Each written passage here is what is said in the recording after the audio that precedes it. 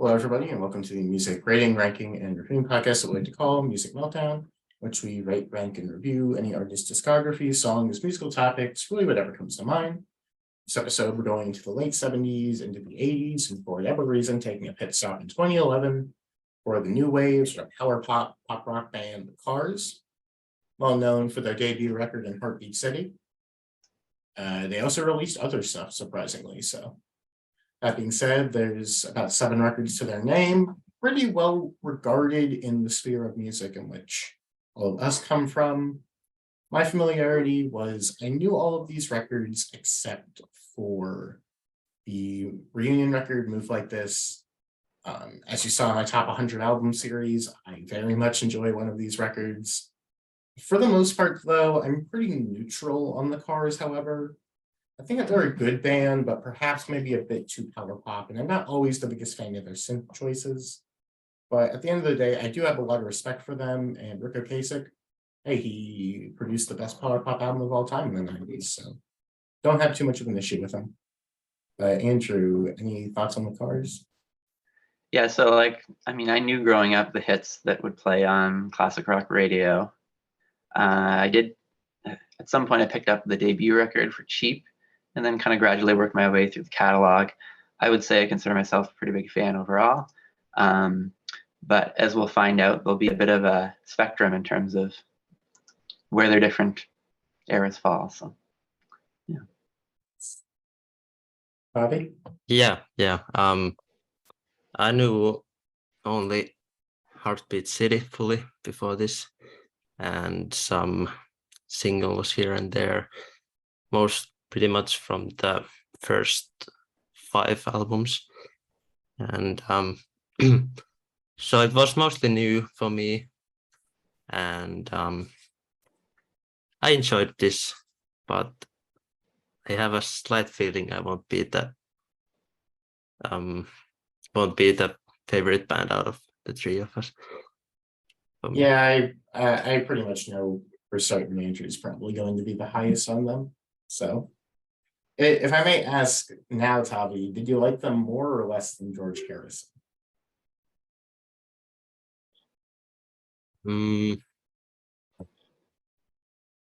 Maybe more. Ooh. Maybe more. Right. I don't know how to compare exactly, but Well, you can obviously compare this. you can compare Gon Trapo to Shake It Up, I guess. True. True. This was a shorter discography too, so maybe that helped a little. For sure. Alrighty, I'll go ahead and kick things off. And as Tavi alluded to, they have like a first 5 album stretch, which is really good. And you talk about their 5 records for a reason, because their 6th record, Door to Door, sucks. Going into this, I thought that this album was a little underrated for whatever reason, having heard it before, and I gave it 3 stars. But yeah, this album is not very good at all. It's basically all due to the production, which is weird because I believe Rico Ocasek produced this one, and Rico Ocasek is a very strong producer.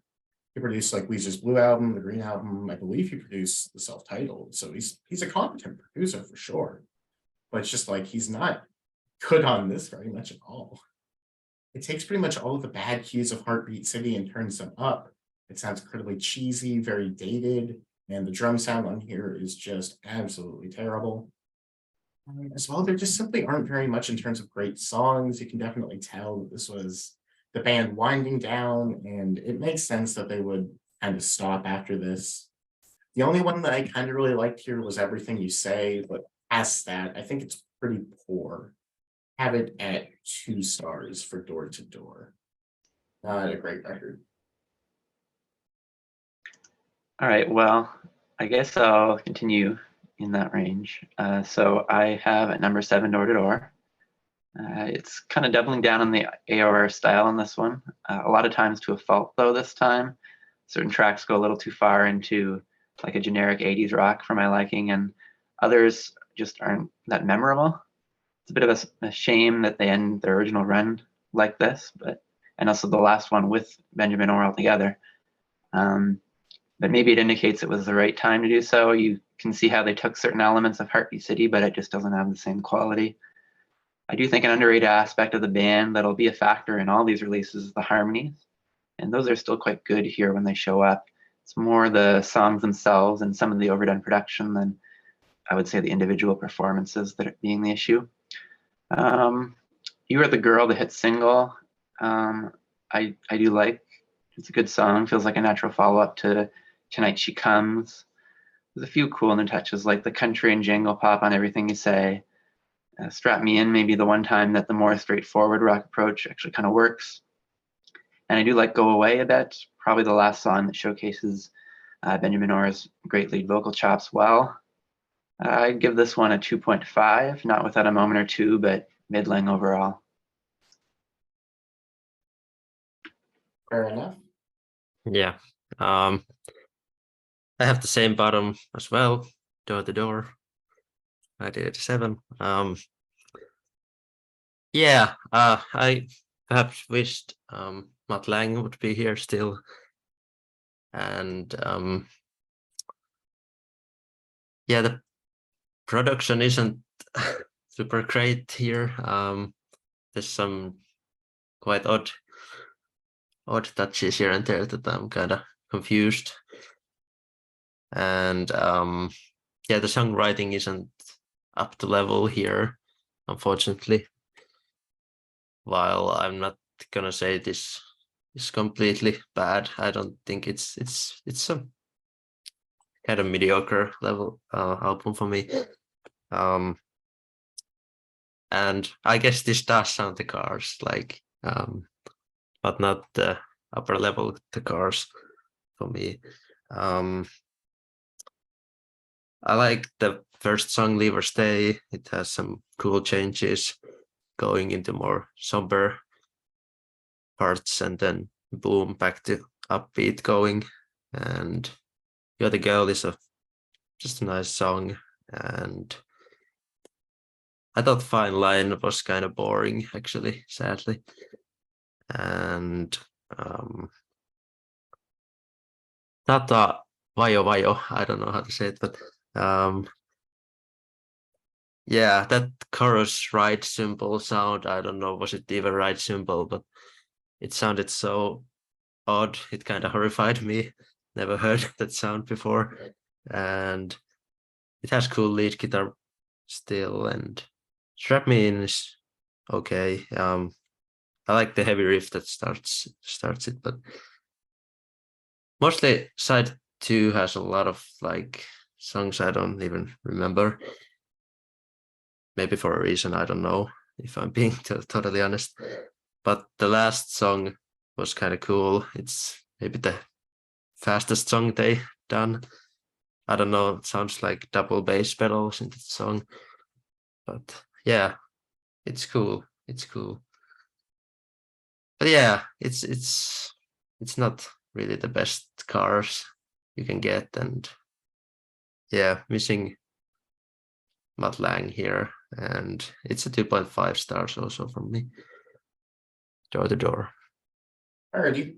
I had a feeling that one might be a little bit higher for you. It's kind of their most like arena rock style record, but glad to see that we all are rational and realize it sucks pretty much. So you guys obviously like it a little bit more than that, but you get what I mean.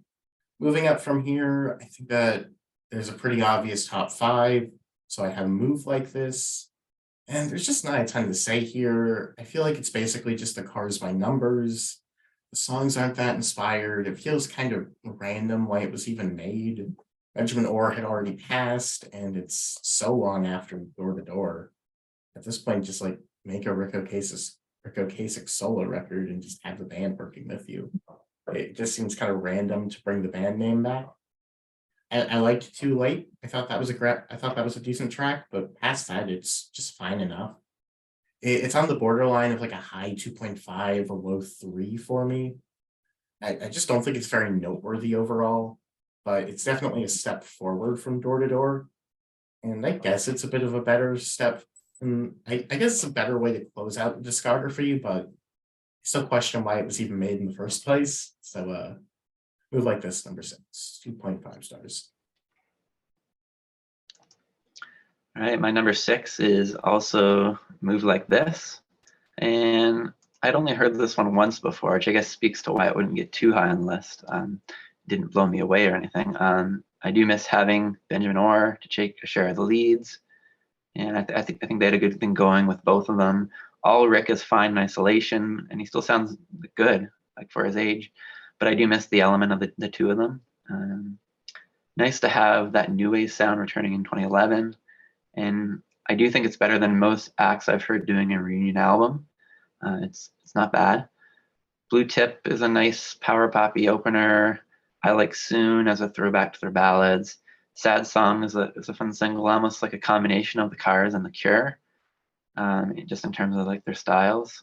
Not sure the songwriting is on the level of the previous work overall though, and not as much stands out for me in the second half either, which I guess might be a thing, like a general trend we see with them is the second half doesn't quite meet the hype of where they start on the records. I do think the songs here are well produced, but don't really have the same little hooks and details that usually drew me in on a lot of their earlier stuff. So Soon followed by Sad Song gave me a bit of hope in the middle. I could get even higher, but I'm going to settle with a 3 here. Yeah, I guess we're gonna have the same lists, maybe, I don't know. My number 6 is Move Like This. Yeah, I don't know what to add really. Like, it's fine. It's not the worst reunion album I've done in Music Meltdown. I don't know, maybe Adrian remembers what we did last time, but peace. Yeah, but yeah, it's I was surprised how it still sounds pretty nice, and sounds the Car still. I think Rick's vocals are still quite good. I didn't have problems there. Perhaps it usually is in the same sort of register, I'm gonna say. He does his own thing a lot of time, and I do enjoy it. But yeah, yeah, I do like, I think it's just a pleasant listen. I don't have little say about the songs exactly, but like maybe my favorite was the opener. I'm not sure, but yeah, it's just a pretty enjoyable reunion album. I didn't have much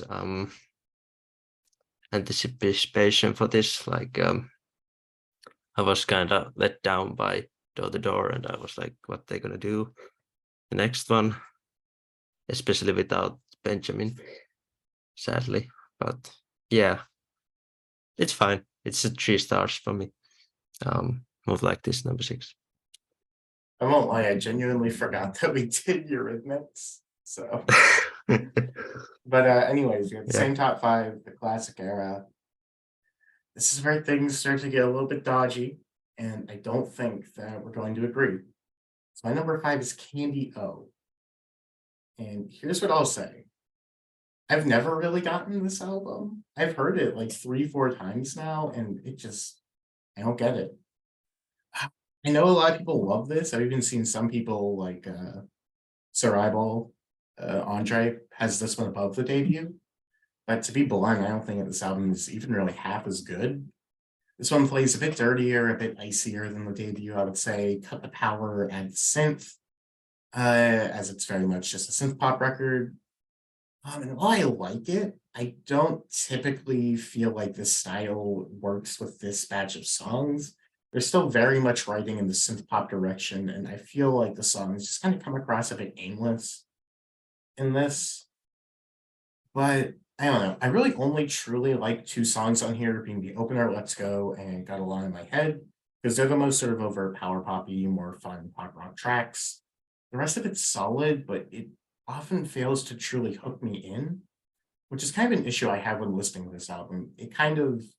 It's in one ear out the other for me. Like Like it's all right. I can enjoy it when it's on, but I just don't really see how this is anywhere near their top shelf. On the whole, it probably should still be a 3.5-star record, but just comparison wise to the debut, as I heard immediately after, I have to go with 3 stars. I think it's just a pretty big letdown overall for me. So Candio, 3 stars. Yeah, this is definitely where we're gonna start to diverge. My number 5 is Panorama. Probably the closest thing they got to experimental. I still find it like fairly accessible, but it's a bit less hook oriented this time around. Try some new ideas, more centered on vibe. I guess after kind of going for like the more conventional power pop new wave sound of the first two, they wanted to mix it up a little bit. But considering how great those hooks to me were, there's a part of me that laments them not just running it back with another record. The Cars just doing what they do well. That said, I still think there's good stuff here. The opening title track has these like laser-like synths that would appear a couple times. It has this prominent vocoder and more of a post-punk flavor. It's not quite the pop banger we're used to kicking things off with that we hear in the rest of the classic period, but it's worthwhile. Sets it up pretty well, what this album is about. And the minor hit, Touch and Go, makes sense as the lead single. It's the catchiest track, probably. Really like this one. We have parts playing in separate time signatures simultaneously, and they make it work. Give Me Some Slack reminds me of what the Stones were doing at this time. It's a little bit like She's So Cold with this jerky new wave element added in. And I like Don't Tell Me No. Can see why it was picked for the second single, but also maybe why it wasn't a big hit either. In what seems to be, that common trend, the A side strikes me as the stronger half of the record.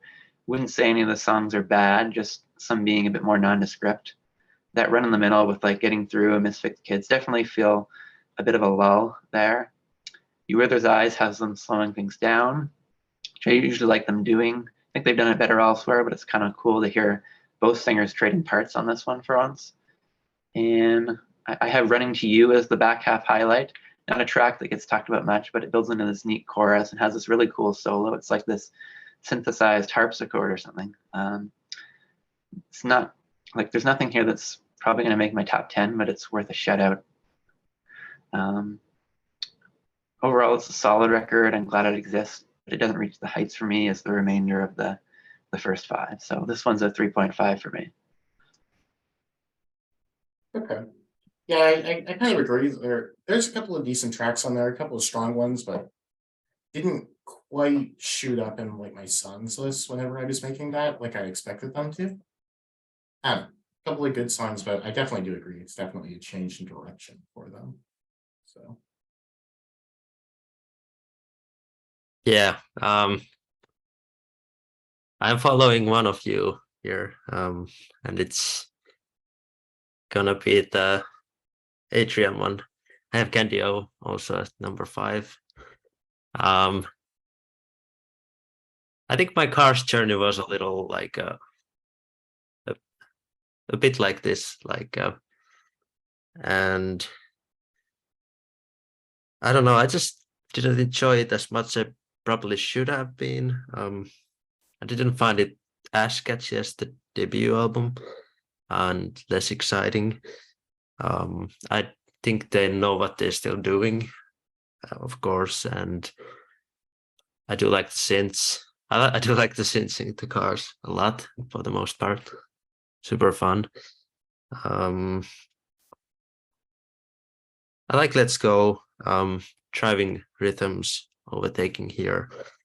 And since I held you, I like the instrumental parts maybe more than the vocal melodies, and the lead guitar is very melodic. I do like Elliot Easton's lead guitar work for the most part, and It's All I Can Do I like the synths. I don't know, I felt like that chorus felt a little underwritten, maybe. I don't know. Needed something to spice it up, perhaps. And I don't know, Shooby Doo. I don't know what was that. Candio has a nice riff, but not my favorite. Night Spots has lots of keys and the guitar. I don't know, am I totally off, but I got some Talking Heads influences sometimes with the cars, maybe with the vocals, kind of reminding me of David Byrne. But and some of the, like, I don't know how they maybe played the instrumental parts reminded me of, maybe there was some, maybe they were listening to Talking Heads, I don't know. And I like Got a Lot on My Head quite a bit. It's a fun synth line, catchier than most here. Like, I think it's a good album, but it's an album that I didn't really thought much when I did my top 10 songs, actually, but it's not a bad listen. I think I like some of those songs maybe more when I revisited this, but so I could go, maybe I could someday go to 4 stars, but I'm keeping it 3.5 for now. My number 5, Candy O. Yeah, I did not expect you to agree with me, to put it lightly, but hey, I'll join people. I'll let people join the party. I don't have enough over here, so I get it though. I get why somebody would like it more. It's definitely kind of an interesting evolution off the debut. It just doesn't really have what I love in the debut. Spoiler alert: I like the debut, but kind of interesting that like Tavi brought up. I kind of get what you're saying. The Talking Heads. I don't get it in the vocals at all though. Like I could kind of hear in like the instrumentation, but the vocals, no. This is just pure pop, power pop fun, just sort of hard energy. It's a lot of fun. Number 4 for me, gonna be Shake It Well, Up. But never mind. I do think Rick and David Byrne has a little similar vocal style. I don't know, does anyone else hear it? But I actually have something about that in my notes coming up, so I definitely hear it. I don't know. Tavi knows I don't really care that much about Talking Heads, so maybe that's just kind of me suppressing that. Who knows? I But don't know. anyways, number 4, Shake It Up. It's one of those albums I ended up liking more than I thought. I had this one at 3 before. I bumped it to a 3.5. It's pretty low, 3.5, but 3.5 nonetheless. It's good. It's been because of the excellent first 3 songs on here. Since You're Gone is amazing. It was actually my number 11 on the songs list, just missed. I think the title track, Shake It Up, is pretty good. And I'm Not the One is also very strong. But just kind of the middle section of this record drags. Nothing is bad, but it's lacking in terms of standout tracks or moments.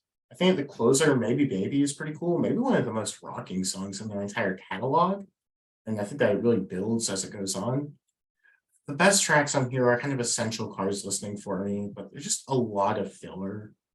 I mean, I call it like a really good album. And it's certainly far from great. So it's a low 3.5 for Shake It Up, but still a good record nonetheless. So number 4, Shake It Up. Yeah, so my number 4 is also Shake It Up. So after Panorama, they kind of upped the pop factor again.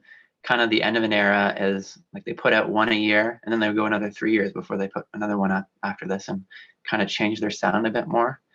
I guess you can hear a few more traces of the synth pop becoming, more front and center. But for the most part, it's still them doing their signature sound overall. And I definitely agree. It starts flying on all cylinders. Since You're Gone, really awesome opener. Love the guitar there. Title track is fun, like tight slab of new wave. Still sounds fresh, like this old time rock and roll song with some synth flourishes. And maybe my favorite of the lot there is the lullaby, like I'm Not the One. They would remix it slightly and it would become a top 40 hit like half a decade later. But it kind of shows how it didn't really age at all in that time. It's a great song. Beautiful harmonies on that one. And had it kept that momentum, it'd be right in the mix with my top 2, but I wouldn't say it keeps that level. And maybe it could benefit from not being quite so front loaded. A couple songs run a bit longer for what they are too, being more like 5 minutes when they probably should have been 3.5. But I still really like what's there. The production and performances here are pretty consistently strong. We get a touch of that 50s rock that we heard on My Best Friend's Girl, Back Again and Think It Over, and Victim of Love as a solo that's kind of like that too. There's the sinister element to This Could Be Love that I like. It's kind of a neat deep cut. And I also had the closer, Maybe Baby, pop up on the car a while ago. And it's a song I didn't think too much about in the past, but really sounded great through speakers there. I don't know, something about it. So it really used the sense of space with that like tribal drumming and everything. It's a good song. Not a perfect record, but a fun ride to me. It gives me the ingredients I really enjoy about them. I'm going up to 4 stars for Shake It Up. Nice, nice. I figure I'll ask this now because we're all doing an Elton John dive. Would you say that The Car's Victim of Love is better than Elton's Victim of Love? I don't really have any doubts about that.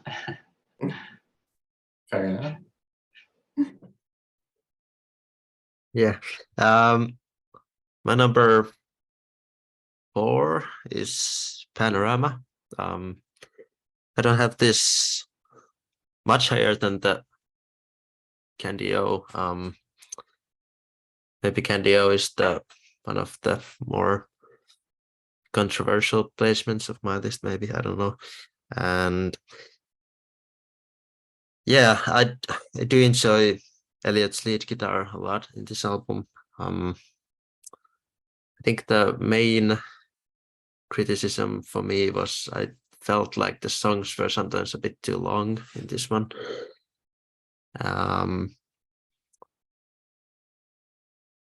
The first song is the title track, and it has some colder robotic panoramas they keep repeating, and this is definitely the 80s here. And I don't find the title track super melodic for me. I do enjoy the lead guitar, and it's a bit too long. I don't remember exactly, but I just wrote that there was like a very odd drum sound, percussion sound in the end. But Touch and Go is a great song. Great stuff. Guitar solo is cool, and those cars-like synths are back, and there was a sense of more relaxed space in the song too. And Give Me Some Slack has very fast hi-hat work, which I enjoy. Don't Tell Me No has addicting synths. I didn't realize first it was Benjamin singing the song. I was surprised there. And yeah, Misfit Kid is a fine song. Drummer plays to the song with some snare fills going on. And Down Boys has fun drums and guitar solo since, I don't know, the vocals started to get a little bit on my nerves there. Sometimes Rick is maybe, I don't know. Oh wait, it's not even Rick, but even Rick or Benjamin started to like do a little, started to sound a bit samey sometimes when I listened more and more. But so maybe if I like if I would have been there with like year-long spaces, I would have maybe not have this criticism, but I obviously listened to this very quickly. And Running to You has lovely pop rock chorus. I do wish the verses were same caliber. And the last song has big drums, which I enjoy. Yeah, it's a good album. Like I have it the same score as Candy O, so 3.5. And Panorama is my number 4. Yeah. Nice. I'm not too far off. Panorama is my number 3. It's a little bit less poppy than their previous 2 and a bit more atmospheric, utilizing the synth in less poppy ways. It feels a lot icier and a lot more raw than Candy O, nor does it have the pop sheen of the debut record. So it's rather unique in the catalog because of that. Sadly, though, the songs are a bit hit and miss. It opens greatly with Panorama, and it plays really like Touch and Go. Don't Tell Me No is just kind of all right, and it often bounces between songs that I like and songs that I'm kind of conflicted on. In the back half, You Wear Those Eyes is probably my favorite. Overall, though, it's a good album, and it has the potential to be very good, but I just think it's a little inconsistent, which is kind of the biggest knock for their records. Andrew said that their albums are a bit front loaded, and I would generally agree to that as well on everything past my top two. I really like these top two albums. It's just everything below there that's definitely a knock for me. This is another 3.5 though. It's a good album, but it just doesn't quite match up to their big two, in my opinion. All right. So number 3. This is where I drop Heartbeat City. Super well engineered, well mixed record. Every note sounds pristine, and probably an album that really thrives on listening in an environment where you can really just zone in on the sound. Like really good with just like some nice headphones or something. That's their most 80s, for lack of a better word, and I guess that makes sense having taken 3 years in between the last ones. The synths are more front and center, and they're really going for more of this big arena sound. You can definitely hear the Mutt Lange touch there. Thankfully, there are also cool songs to support it, and it's clearly a big success for them. I mean, like half the songs here were like top 40 hits, if I'm not mistaken. Takes 3rd place mainly because, well, this huge pop rock style is still really well made. It's maybe a little bit too big for what I love most about the Cars' earlier stuff. Magic is probably my favorite of like these big arena songs. Probably the one I hear played the most, and it's got undeniable hooks for a radio hit here. Hello Again reminds me a little bit of Let's Go on steroids. So that's a good way of setting yourself up for the vibe of the album. Could never quite love You Might Think as much as most seem to do, but the hooks are definitely there.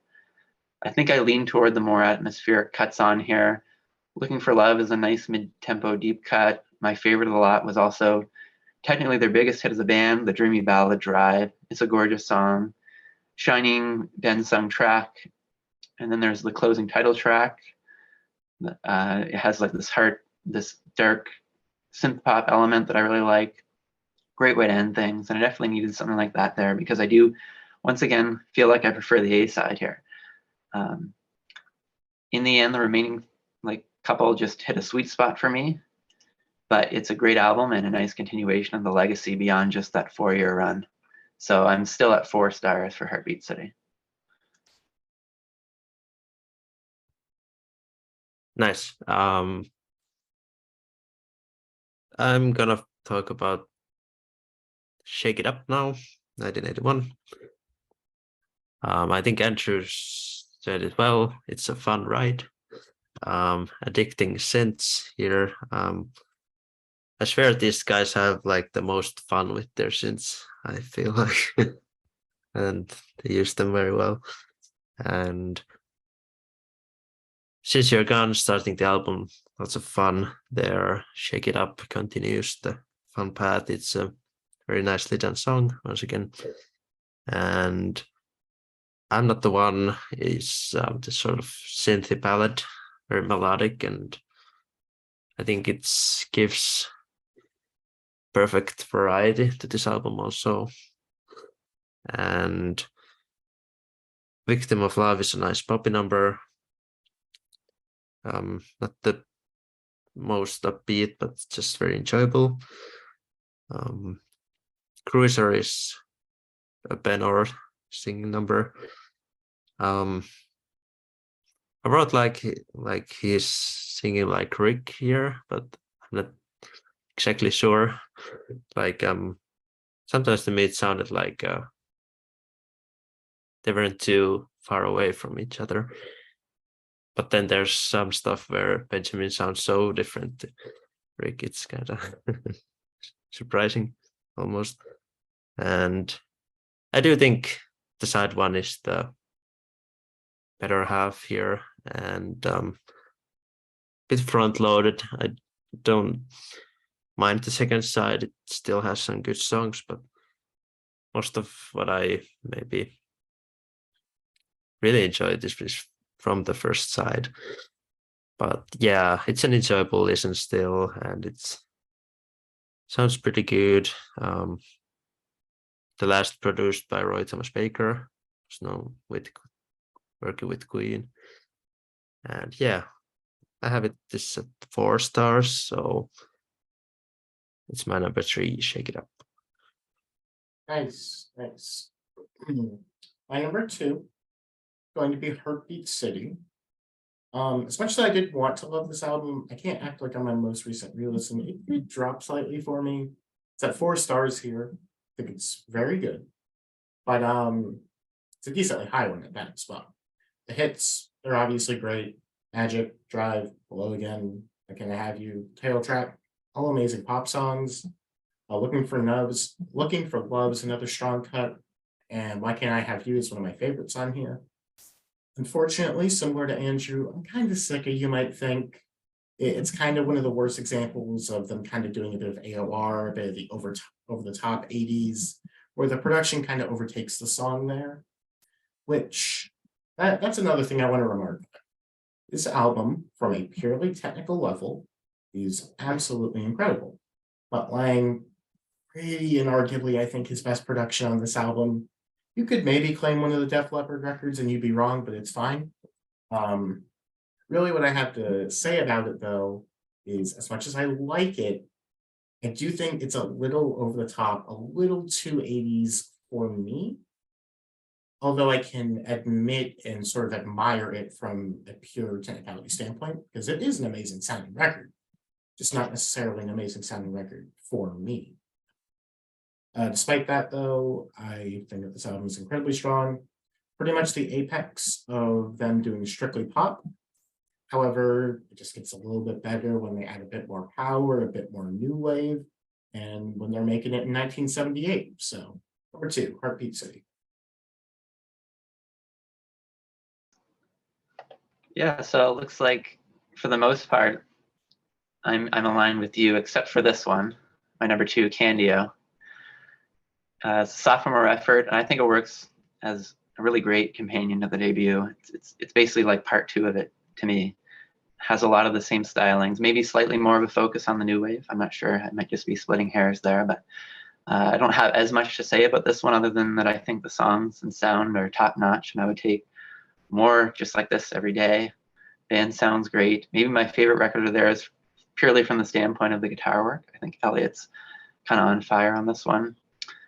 It's more Ben heavy on the leads than we usually get, and I always welcome him being a key player on vocals. I love his voice. And I find it quite a well-balanced record, which is something that I had criticized elsewhere, but I feel like my favorites are spread throughout the runtime here. And they do the effect kind of like on the debut of bridging the songs together, which I think gives it a little extra boost of cohesiveness.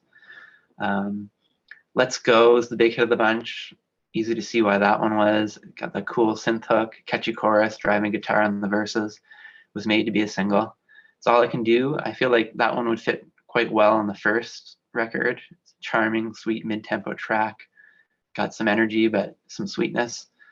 Some people might consider Shooby-Doo this throwaway transition, but I kind of think it's really cool. It's got like this frantic horror score energy. And then it leads right into the title track, which really rocks. Maybe the greatest showcase for Elliot Easton on guitar. And another big favorite of mine is the closer, Dangerous Type.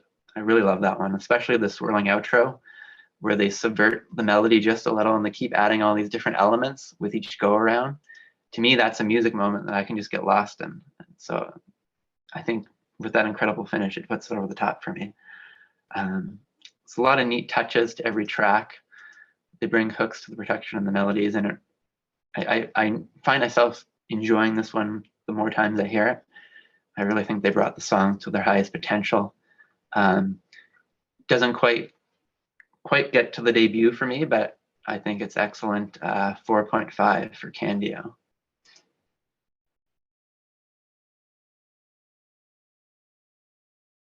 Yeah, when I listened to your review, I was thinking like, oh man, what did I do wrong?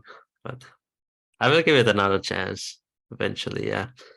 But I guess I've maybe slightly controversial opinion here because I have the debut as number 2. And so that's knew this not a was coming. trifecta. I knew this was coming. Yeah, So yeah, I guess. Well, I guess it's a classic album because, well, I don't know. I want to say this was one of the more, maybe not the first new wave album, but one of the more key albums, maybe to start the movement. Maybe alongside, I don't know, is Blondie here? Good to say. I'm not sure. I'm not too well versed on new wave history, perhaps. And I think the whole album is well played, well produced, and I don't know, is it controversial that I enjoy the second side more than the first side? Because the first side has all the singles of this album. But yeah, the first three are the singles. They're all fun. They're all perfectly valid songs, and like just what I needed. Almost felt like 80s AOR just earlier than that. And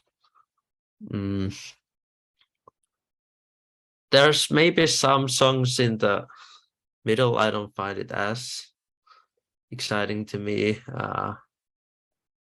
Maybe I'm in touch with your world. It has cool odd rhythm. But I couldn't get into this one as much. It almost felt like it was going to build up to something sometimes, but it never completely did. Don't Just Stop. I like the synths, the outro guitar solo, fun chorus. Perhaps slightly repetitive, but it's still a joy. And yeah, the second side, You're All I've Got Tonight, is a great song. Really enjoy the synths there. It rocks nicely with still having this perfectly pop feeling to it. Moving in Stereo is really cool tune. It feels a bit mysterious and kind of futuristic maybe too. And All Mixed Up is a great closer. Sounds pretty big. And lots of background vocals there, and especially closer to the end.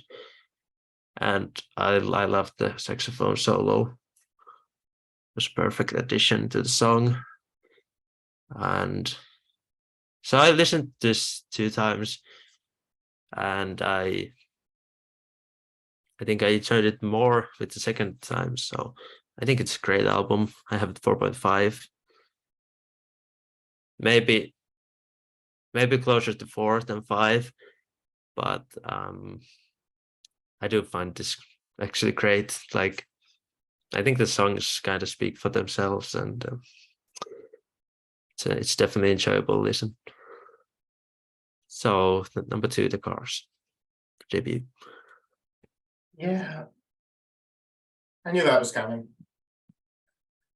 I was really hoping, but I knew it. You can't deny your boy Mutt. Yeah, you gotta give him. I give him the gold, I guess. It is what it is. Their number 1 album, pretty universally agreed upon, except for 2 people now, is the debut, Cars. I've talked about it before, so I'm going to keep it relatively brief. Front to back, just a power pop masterpiece with a ton of variation and a ton of fun. It's a fantastic sounding record that utilizes new wave production styles mixed in with heavy power pop elements. The only issue I have is that Good Times Roll is a bit of a slow opener, in my opinion. I kind of wish that it was a little bit more up-tempo, didn't sort of trudge along, but I mean, it's still a very good song. I'd probably swap it with something else, but despite that, it's still 5 stars. Songs like My Best Friend's Girl, Just What I've Needed, and You're All I've Got Tonight are perfect pop songs. I love kind of the weirder cuts on here too. It's not so straightforward in its sequencing. You have something like Moving in Stereo or I'm in Touch with Your World kind of interspersing in with these great pop songs, and it really makes it incredibly interesting. And it sort of pushes it into 5-star territory. And the one thing that I really want to point out about this record is in the song Bye Bye Love, that ending sax as it like closes out the song is just musical bliss to me. I absolutely love it. But yeah, 5 stars for me. Second best new wave album, second best pop Power pop album in 1978. Love to death. Car is self-titled, 5 stars. All right, so my number one is also the Cars, and this is actually up there just among, you know, favorite records by anybody. So it speaks highly of that one for that. You have the group basically exploding on the scene with this fresh sounding blend of rock and roll, power pop, and the emerging new wave sound. It's like tightly constructed, immaculately performed songs, and a track list that could almost double as like a greatest hits package in itself. Sounds as good today as I'm sure it did then. We get our introduction to the two singers who share, I do think they share certain similarities, but they also contribute their own style. So I do think Rick does have a bit of that David Byrne-esque eccentricity, and Benjamin more this smoother tone. And I believe Rick is on record as saying he would call on Ben when he needed a great singer, and probably nowhere, maybe this record and Drive is where you really see that shine for him. The only thing that goes against this record isn't its fault. Simply that a couple of hits get played a lot and I worry about losing the novelty. If only I could never hear radio again and enjoy those in isolation when I choose to, we'd be all good. But I'm not going to hold that against the record. With Good Times Were All My Best Friend's Girl and Just What I Needed, you're opening with 3 hit singles right off the bat. Believe it or not, all the exact same runtime, each arguably more ambitious than the last in bringing the hooks. Long enough to bring all these cool elements to the formula, but not overstaying their welcome. It's like they planned it that way. Presumably a case of an artist who had they've been going on for a bit and had time to get these exactly how they want it to be. That's kind of the magic of like an ideal debut, I guess. And then they slow things down a bit with I'm in Touch with Your World, maybe the artiest track, relying more on groove. This and Don't You Stop, probably the closest thing to a lull in here, but I still find them really enjoyable and have these really cool elements to them. But I would agree with Tabby that the real secret weapon here is the B-side. And it's honestly one of my favorite album sides around. It's almost like a suite, the way the tracks kind of seep together. There's a lot of fun on side A, but what really sets the back half apart is how it taps into kind of this feeling we don't usually get elsewhere for me with the Cars. I'm not sure how best to describe it. It's like it just hits a bit different. I'm not sure it would call it melancholy or nostalgia exactly, but there's something timeless about the feelings it evokes. There's like some kind of yearning to it. You feel like they could close out a coming of age film or something. You got that synth surge in You're All I've Got Tonight, that kind of moodier pre-chorus to Bye Bye Love, and then what I'd call probably the Cars' true masterpiece, the closing 9 minutes with Moving in Stereo, followed by All Mixed Up. So Moving in Stereo has like this brooding, dark atmosphere, kind of ominous, kind of sexy, but it also rocks a bit too. Great production on that one. And then it flows right into All Mixed Up, which I never understood why this one didn't get more attention. It's gorgeous. They didn't have anything else that quite sounds like it. You have these amazing shifting pop hooks all over the place, guitar on fire, some of the best harmonies they've done. Every time there's a little detail I forget is also there. Like, how did I forget until this lesson about the sax solo then? But there it is, and then it's welcome. So I guess you can tell I'm a big fan of this one. It's definitely a 5-star.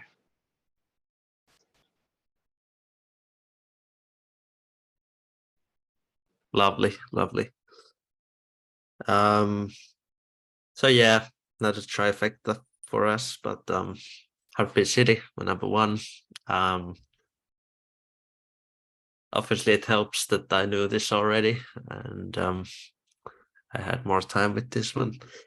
And yeah, I do love Matt Lang. A lot of my favorite stuff from bands might be the Matt Lang stuff, especially with Def Leppard or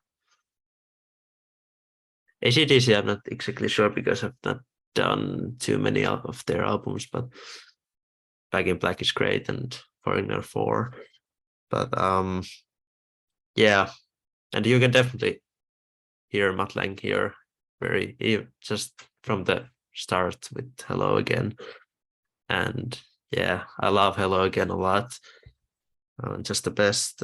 And Looking for Love has this. I love when it has also acoustic guitar with the song, brings a nice variety to the sound. And magic is just magical, and the backing vocals are just pure bliss.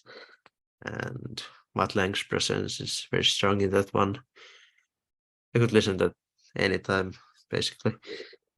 And Drive is Benjamin singing. And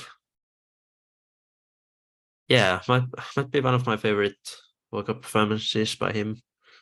And he gives nice variety also to the style that Rick does in a lot of Cars albums, even in here. And Stranger Eyes is feels like fun, but also mysterious time to listen to that. And you might think is pure Starts the Side 2, it's pure pop bliss. And I find pretty much all of this just memorable, and Why Can't I Have You has a great vocal. And Heartbeat City closes the album very nicely also, and it sounds awesome actually. I have the CD, and it sounds great on speakers, on headphones, and maybe my favorite Matt Lang production. And yeah, I don't really have faults in this one. It's so much fun. When I was listening to the Cars discography, I was just feeling like, oh, I could listen to Heartbeat City. And I listened to this quite a few times actually, maybe 3 or 4 times in the last week. And yeah, it's just so much fun. It's a 5 stars for me. Well, at least you got to 5.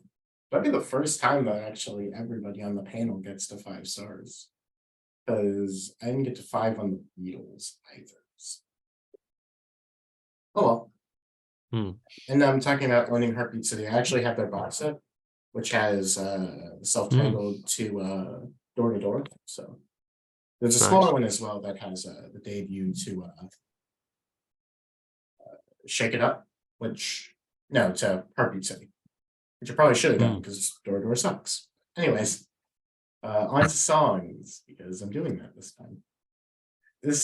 As you may have been able to tell from my ranking, I'm a bit biased to the first 2 records, not the first 2, the debut in Heartbeat City. And all my top 10 is from those. So number 11, as I said before, was Since You're Gone, the highest rated track that's not on one of these 2 albums. But the breakdown is very different because I actually have 6 tracks from Heartbeat City and 4 tracks from the debut. So kind of funny how that worked out. At number 10, I have Looking for Love. Number 9, I have Stranger's Eyes. Number 8, My Best Friend's Girl. Number 7, Just What I Needed. Number 6 is All Mixed Up. Number 5 is Magic. Number 4 is Bye Bye Love. Number 3 is Heartbeat City. Number 2 is It's Not the Night from Heartbeat City. And my number 1 is Drive. So, which Amy Mann covered Drive. So there's my shout out to my girl. So me. Well, I'll have some overlap there. I dipped into 4 albums here. So I guess based on how I rated it, probably makes sense. So number 10, I have from the debut, You're All I've Got Tonight, great song. Number 9, Candio, the title track. Number 8, Let's Go. 7, my first representative from Shake It Up is Since You're Gone. Number 6, I'm Not the One, also from Shake It Up. Number 5, Just What I Needed. 4, Moving in Stereo. 3 is also Drive. Number 2, Dangerous Type, closer to Candio. And number 1, All Mixed Up. So I'm big on the closers of the first 2. They're the high point for me there. Nice. Into both of your lists, I have, I think, from 5 albums, actually. And my number 10 is from Shake It Up, Since You're Gone. Number 9 is from the debut, You're All I've Got Tonight, from B-side. Then my number 8 is a song which is not on any of these albums we talked about. It's from the Greatest Hits album, Tonight She Comes. This is a cool song that probably could have fit to Heartbeat City. Would have liked to see there. Number 7 is from Panorama, Touch and Go. And number 6, we get to Heartbeat City now. You Might Think is my number 6. Number 5 is from Shake It Up, I'm Not the One, which is a cool song. Number 4 is from Heartbeat City again, Why Can't I Have You? Number 3 is from the debut, Moving in Stereo. Number 2 is Magic from Heartbeat City. Love it. Number 1 is Hello, Hello Again from Heartbeat City. So yeah, I think Adrian won in Heartbeat City numbers because I only had 4 songs in my top 10. You guys definitely won in diversity, however, because I only had 2 Yeah. albums. You're All I've Got Tonight was my number 15, actually. So it was pretty close to making the list. Same with Touch and Go. That was in the top 20. Glad that you got that on there. I really like that song a lot. So that being said, though, any closing thoughts on Cars? I mean, for me, not a super long discography, which can often be welcome. In their prime, I pretty much like everything they're putting out to some extent, and in some cases, it's next level for me. So, yeah, really fun to go through. Thanks. They're a band that I kind of want to like more because I really like the new wave scene. I think there's a lot of really cool music coming out of that. However, I just think that oftentimes they were very inconsistent, even within that classic period outside of the big 2 records. I feel like it's really hit or miss with their best material. And it's a bit of a shame because I think that when they were on, they made some of the best pop music of the time. But I don't know, just it's kind of a give and take for me. When I'll give you a lot of it that I don't like. How about that? Because I bet you'll enjoy it way more than me. It's hobby. Yeah. Yeah, I enjoyed this ride. I will keep listening to my copy of Heartbeat City a lot. And obviously I found the debut being great too. Yeah, there it is. And yeah, and I will give another listen to Candy O because I could get more fun to it. Also, nobody knows. And yeah, it was quite. I won't be listening to Candy O again because I've tried. Yeah, well, I haven't tried enough. I can say that because. Fair enough. But and yeah, I do love a lot of their songs still, and they're pop bands, so they're enjoyable and For sure. yeah, I don't know. I do agree, even on their weaker records, in the classic era anyways, there's definitely some very good songs to take out of there. It's just doesn't quite reach the pinnacle for me. That being said, though, that was the Cars. A bit of an interesting group to talk about. Probably one of the more pop-forward acts that I've discussed so far. That being said, there'll be a link to the Discord down below if you want to rip at Tavi for not putting the debut at number 1, as you probably should. With that being said, if you all really enjoyed this, go ahead and keep watching. Thank you. Bye.